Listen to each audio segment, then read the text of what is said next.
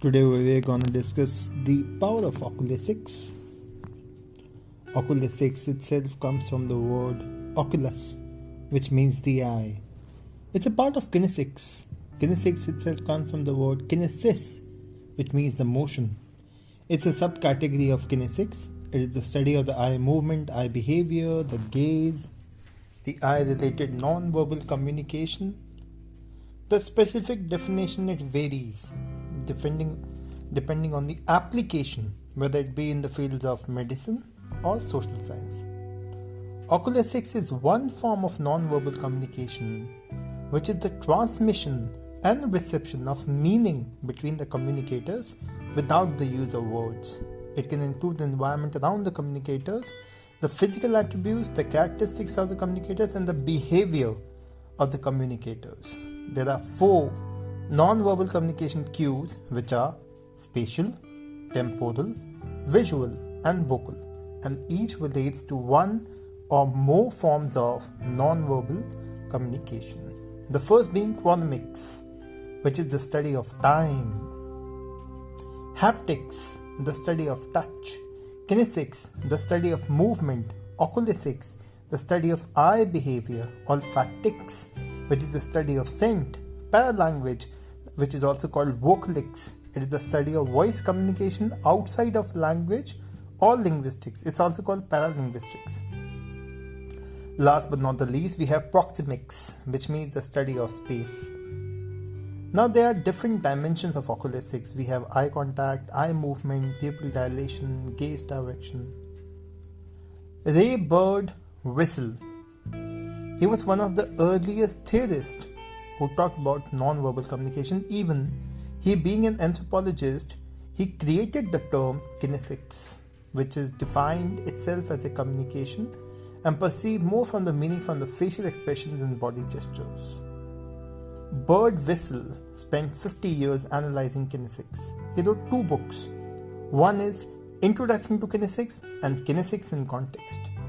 He created a lot of movies of people communicating and studying the messages, the methods, and the expressions and the behaviors of the non-verbal communication in slow motion. He published his results as attempts to make general translations of gestures and expressions, although he later acknowledged it was impossible to equate each form of body language with a specific meaning. Birdwhistell's study of Oculesics was greatly enhanced by his use of movies. In one study, he mentioned that he was looking at the children and he was looking at what are those things that the children are looking at. These are called learned activities. Paul Ekman, psychologist with over 5 decades experience researching non-verbal communication, he's the one who gave the concept of universal expression, the 7 micro-expressions that are there. He has written, co-authored, edited over a dozen books, published over 100 articles on this subject. He has served as an advisor for the television show Lie to Me. Currently, he works with the Dalai Lama on increasing awareness of the influence of emotion on behavior to help people reach peace of mind. Dr. Paul Ekman's work in facial expressions includes studies looking for connections between Oculesics and other facial movements like eye behavior, and physically covering the eyes when recalling personal traumatic events, and on his self-coined phrase, the Duchenne smile, which relates to an involuntary movement of the orbicularis oculi and the pars orbitalis when smiling sincerely. Most prominently, Oculesics play a major role in the facial action coding system, which is a micro-expression database created by Dr. Ekman and his colleagues to gauge the instantaneous behavior and persona of a person with regard to the micro-expression that they are portraying. Gerard Perrott is a professor of psychology at Georgetown University in Washington, D.C. His focus is on human emotions and how they affect thought processes. In this paper, Positioning and the Emotions, he discusses the concept of counter-argument, in which a communicator projects an emotion to a receiver in an attempt to elicit a specific motion, but the receiver instead projects a different emotion to deflect or disrupt the original intentions of the communicator. This basically is known as comprehension fluency. Oculesics can play a major part in these emotional projection strategies. Robert Plutek was a psychologist who specialized in communicating emotion with expressions and gestures. Many of his articles and books discuss the influence of emotion on non-verbal communication as well as the effect of those expressions and gestures back onto the emotions. Professor Plutek's work on Oculesics includes studies on the synthesis of facial expressions, which look for connections between expressions in the eye along with the expressions from the forehead to the mouth. Like we have this area called the glabella, which is between the eyebrows. Whenever some kind of a reaction or response is happening, the first movement, it starts from here. We have something called EMDR, which is called eye movement desensitization and reprocessing. It's a form of therapy created by Francine Shapiro to help treat conditions such as PTSD, post-traumatic stress disorder. EMDR uses eye movement to communicate within the subject in an attempt to recreate meaning and processing of past traumatic events. So you are basically doing a process in which you are aligning or integrating their thoughts or associating them to the same experience that they faced, and then they are coming out of it. So these things are very important. Because till the time you are not having the exposure to the experience, how can you go into a perceptual position to understand it? Communicating emotions. There was this book that was written by Carol Ellis Izard called Human Emotions. It says a complete definition of emotion must take into account three major aspects: the experience or the conscious feeling of the emotion, the process that occurs in the brain and the nervous system, and the observable, expressive patterns of emotion, particularly those on the face.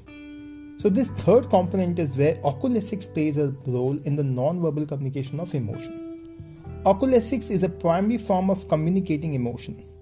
The study of the neuro-linguistic programming or NLP establishes three main types of thinking: in terms of what you see, in terms of what you hear, and in terms of what you feel, which we also call the walk. According to the science, Oculesics can show which type of thinking someone is using when they are communicating.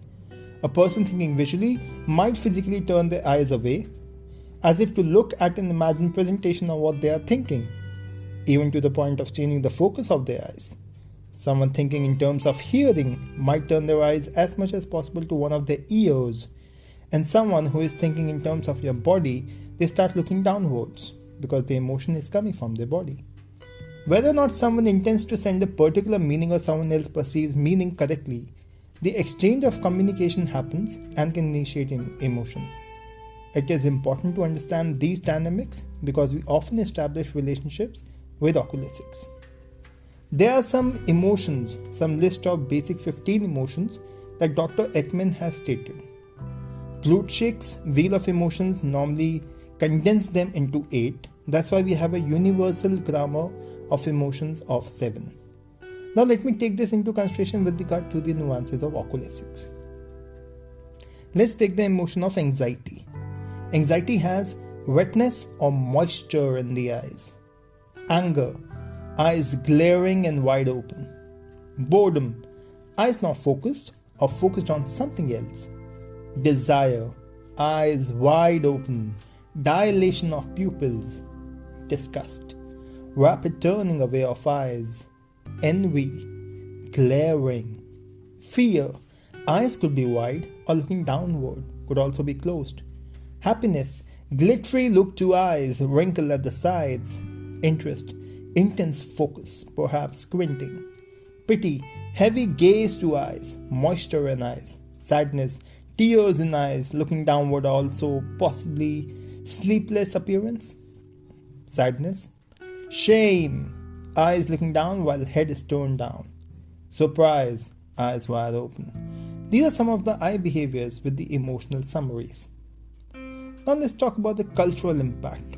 I was reading this study where they say that because of different cultural changes and cultural aspects or the culture shocks that people face, the way they react or respond is very different. For example, the way the Puerto Ricans, they have a conversation, or the Latin Americans or the Anglo-Saxon culture, they are very different.